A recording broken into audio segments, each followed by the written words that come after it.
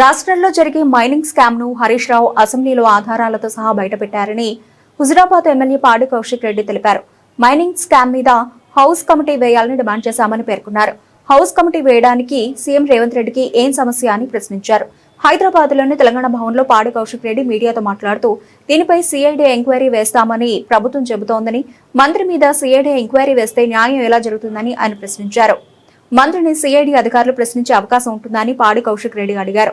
అందుకే పొంగులేటి శ్రీనివాసరెడ్డిని మంత్రి పదవికి రాజీనామా చేయాలని డిమాండ్ చేశామని తెలిపారు. అయితే దానం నాగేందర్ కడియం శ్రీహరితో ముఖ్యమంత్రి మాట్లాడించారని చెప్పారు. దానం నాగేందర్ నోటికొచ్చినట్లు మాట్లాడి బెదిరించారని తెలిపారు. ఇలా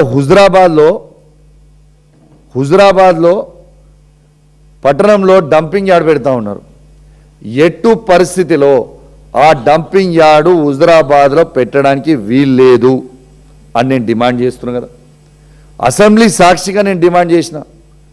ఏప్రిల్ 4th నాడు నేను ఈ డంపింగ్ యార్డ్ మీద హుజురాబాద్లో పెద్ద ఎత్తున ప్రోగ్రాం పెట్టుకుందామని నేను ప్లాన్ చేసుకుంటే నాకు సిఐడి నోటీసులు పంపిస్తారు. 4th రోజు నువ్వు ఖచ్చితంగా ఈ సిఐడి ఆఫీస్కి నువ్వు వచ్చి అటెండ్ కావాలి ఎంక్వైరీ.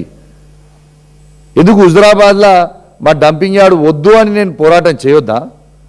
నేను ఆడ పోరాటం చేస్తా అని అనుకోగానే నాకు సిఐడి నోటీసులు ఇస్తారా?